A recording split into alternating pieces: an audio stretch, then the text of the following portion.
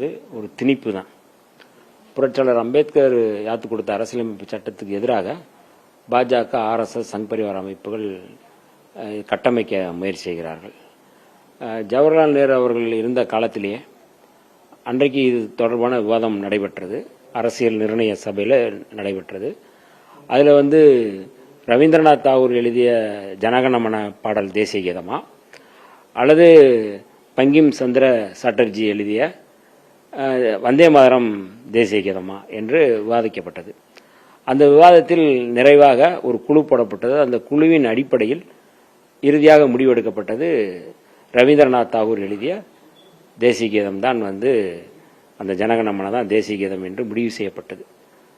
ஆனால் வந்தே மாதரம் பாட வேண்டும் என்று தொடர்ந்து ஆர்எஸ்எஸ், சங் பரிவார அமைப்புகள் முயல்வது என்பது வெளிப்படையாக இந்து ராஷ்டிரத்தை கட்டமைப்பது. இந்து ராஷ்டிரம், இதுதான் அவர்களுடைய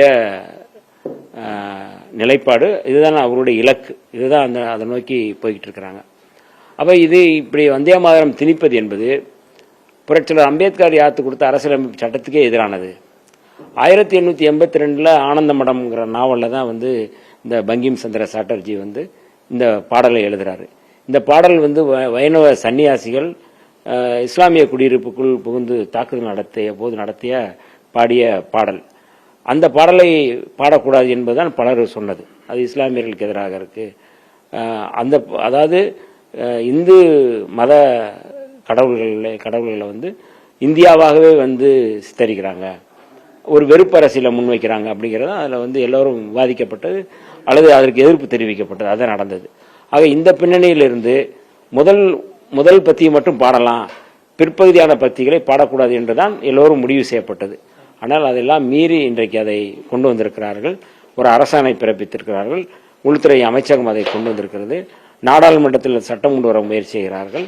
இந்த சூழலில் தான் இன்றைக்கு மனோன்மணியம் சுந்தரனார் பல்கலைக்கழகத்தில் அன்னை தமிழுக்கு, தாய் தமிழுக்கு அவமதிப்பை ஏற்படுத்தி இருக்கிறார்கள்.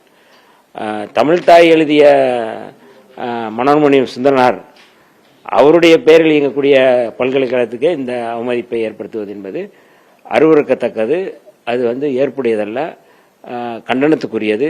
ஆளுநருடைய செயல்பாடுகள் தமிழ்நாட்டுக்கு எதிராகவும், தமிழ் மொழிக்கு எதிராகவும், தமிழருக்கு எதிராகவும் இருக்கிறது என்பதை தான் நாம் சுட்டிக்காட்டுகின்றோம். மத்திய அமைச்சர், நீர்வளத்துறை அமைச்சர் காவிரி விவகாரத்தில் தமிழ்நாடு அரசை கேட்டு நாங்கள் அங்கே காவிரியில குறுக்க அணை கட்டுவதற்கான ஒப்புதல் கேட்க வேண்டிய அவசியமே இல்லை, உச்சநீதிமன்றத்தோட தீர்ப்புகள் அப்படி இல்லைன்னு சொல்லி மத்திய ஜல்சக்தித்துறை அமைச்சர் பூஷன் தெரிவிச்சிருக்காரு நேற்று. அதை எப்படி பார்க்குறீங்க? தமிழ்நாடை நாங்கள் கேட்க வேண்டிய அவசியம் இல்லைன்னு சுப்ரீம் கோர்ட் சொல்லலை அப்படின்றத ஒரு அமைச்சர் சொல்றதை எப்படி பார்க்கணும்? இல்லை, இதுதான் நாம் சொல்றது. அவர்கள் தொடர்ந்து தமிழ்நாட்டுக்கும் தமிழ்நாட்டு மக்களுக்கும் அவர்கள் எதிராக செயல்படுகிறார்கள். தமிழ்நாட்டை அவர்கள் ஒரு வஞ்சனை போக்கோடு அவர்கள் செயல்படுகிறார்கள். இதுதான் ஒற்றை உதாரணம். ஏற்கனவே உச்சநீதிமன்றம் இருக்கின்றது. உச்சநீதிமன்றத்தின் தீர்ப்பின் அடிப்படையில் தான் நம்ம சொல்றோம். நீங்க மேலே அணை கட்டினா கீழே இருக்கிற மாநிலங்களில் கேட்கணும் அப்படிங்கிறதா அதனுடைய தீர்ப்பு.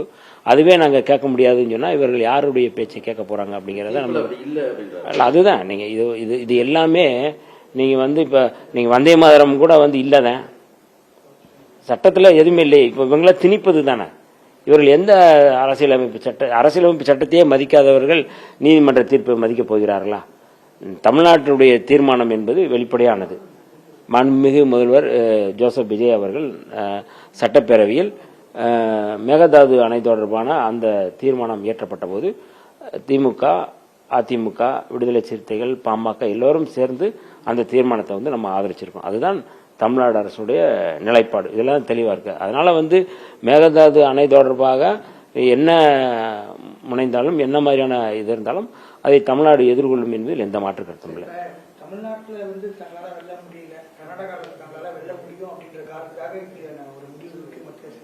இல்ல, ஒன்றிய பாஜக அரசு எப்போதுமே இந்த பாகுபாட்டை, மொழி பாகுபாட்டை, மாநில பாகுபாட்டை, இன பாகுபாட்டை, ஜாதி பாகுபாட்டை, மத பாகுபாட்டை தொடர்ந்து அவர்கள் மேற்கொண்டுதான் வருவார்கள்.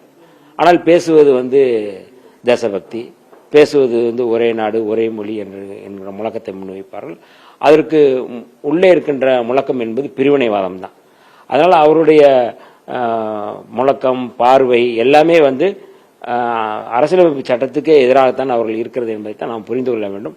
ஆகவே இம்மாதிரியான வந்தே மாதரம் பாடல்கள் மூலமாக அவர்கள் போலி தேசபக்தியை தான் கட்டமைக்கிறார்களே ஒழிய மாநிலங்களுக்கு எதிராக அவர்கள் செயல்படுவதற்கான ஒரு பின்னணியை தான் நாம் பார்க்கணுமே ஒழிய இதில் எந்த விதத்திலும் ஏற்புடையதல்ல.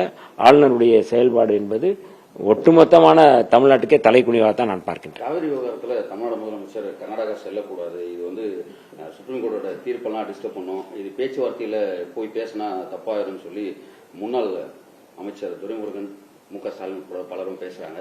அந்த விவகாரத்தை எப்படி பார்க்க? இல்ல, இன்னமும் தமிழ்நாடு அரசு எந்த முடிவும் எடுக்கல. இது தொடர்பாக சட்டப்பேரவையில் என்ன தீர்மானமோ அதுதான் எல்லோருக்குமான நிலைப்பாடு. தமிழ்நாடு அரசினுடைய நிலைப்பாட்டை தீர்மானமா சொல்லியிருக்கிறோம். இப்ப அதற்கடுத்த நடவடிக்கைகள் அது எல்லாமே முதல்வர் அலுவலகம் வழிகாட்டும் சொல்லும். இல்ல, அதுதான் அது குறித்து நீங்க மாநில முதல்வர் அலுவலகம் சொல்லுமே ஒழிய அதற்கு பிறகுதான் நாங்க எதுவும் கருத்து சொல்ல முடியும். நாங்க இதுல எந்த கருத்து சொல்வதற்கு இல்லை.